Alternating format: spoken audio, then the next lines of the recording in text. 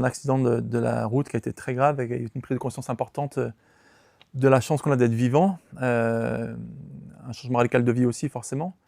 Et le fait de pouvoir, je dis souvent, avoir une véritable bouée pour refaire surface grâce au sport, ça a été un bienfait fantastique pour ma vie personnelle, mais aussi une prise de conscience très forte chez moi de dire tout ce qu'on construit, il faut le transmettre après, et notamment aux dirigeants d'entreprise. À quel moment, David, tu as compris que le vrai combat, il ne serait pas physique, puisque de toute manière, on ne pourra rien faire de plus aujourd'hui, mais qu'il est vraiment mental?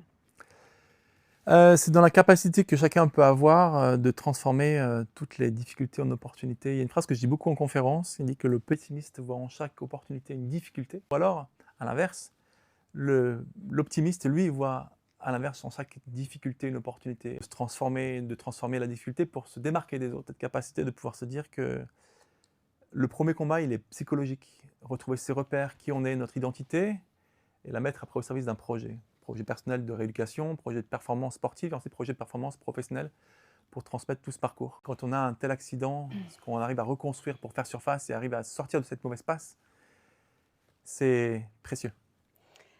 Donc, ça t'a donné un mindset de sportif qui aujourd'hui t'a permis d'être là où tu es.